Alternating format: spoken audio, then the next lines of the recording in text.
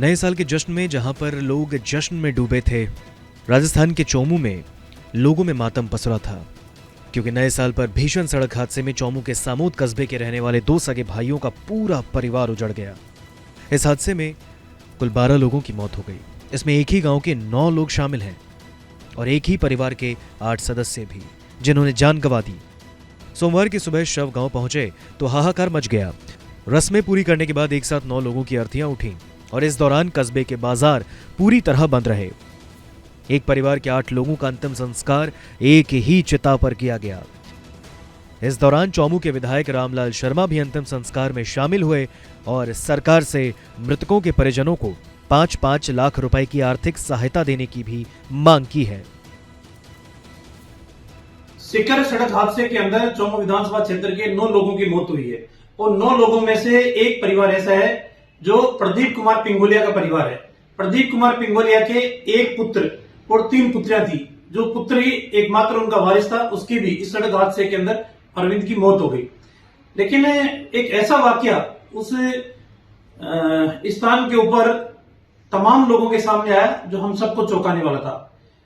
कहावत यह है कि जब ऊपर वाला राम रूठता है तो कम से कम राज को तो साथ देना चाहिए, लेकिन प्रदीप कुमार के साथ तो राज भी रूठा हुआ ही नजर आया।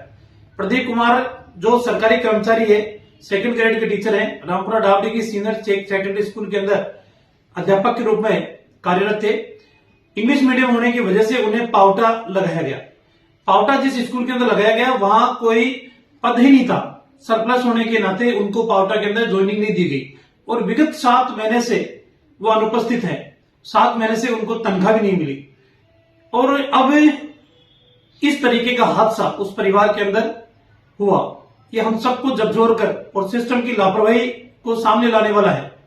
मैं राजस्थान सरकार के मुख्यमंत्री महोदय से निवेदन करूंगा, आग्रह करूंगा कि प्रदीप कुमार पिंगोलिया का संशोधन आदेश निकाल के चौमू विधानसभा क्षेत्र के अंदर 3 पोस्टें वैकेंट पड़ी हुई है, जिसमें महार है, तिगरिया है और डोरसर है। इन तीनों में से किसी भी स्थान रिक्त पद के ऊपर लगाकर कम से कम प्रकृति ने तो उनके साथ अन्याय किया है, लेकिन सरकार तो उनके साथ न्याय करे। और साथ में कई परिवार के बचे हुए ऐसे व्यक्ति हैं जिनके आजीविका का कोई आधार अब नहीं बचा। इसलिए मुख्यमंत्री जी को संवेदनशीलता दिखाते हुए प्रत्येक मृतक को 5-5 लाख रुपए की सहायता तत्काल रिलीफ देनी चाहिए, ताकि वो परिवार भविष्य के अंदर अपने आजीविका को चला पाने के लिए सुरक्षित महसूस कर सके और कम से कम इस संकट की घड़ी के अंदर सरकार भी उनका सहारा बने। इस दर्दनाक हादसे से सामोद गांव में सन्नाटा पसरा है। एक ही परिवार के 8 लोगों का एक ही चिता पर अंतिम संस्कार होने की घटना से पूरे गांव में मातम पसरा है। मृतकों की मां और घर के अन्य परिजनों का तो रो रो कर बुरा हाल है। आसपास के गांवों सहित हजारों लोग अंतिम संस्कार में शामिल हुए। सामोद गांव के इस दर्दनाक हादसे से हर किसी की आंखें डबडबा गई हैं। गौरतलब हो कि सीकर के खंडेला एरिया के माजी साहब की ढाणी के पास उस वक्त सड़क हादसा हुआ। पिकअप में सवार चौमू इलाके के सामोद से खंडेला में स्थित गणेश धाम दर्शन को जा रहे थे। पिकअप ने सामने से आ रही एक मोटरसाइकिल को टक्कर मारी और बोरवेल मशीन में जा घुसी। प्रत्यक्षदर्शियों के मुताबिक पिकअप बाइक सवार को दूर तक घसीटती ले गई, जिसके बाद सामने से आ रही बोरवेल मशीन में जा घुसी और इस दर्दनाक हादसे के बाद गांव में मातम पसरा है। नमस्कार, मैं हूं मानक गुप्ता।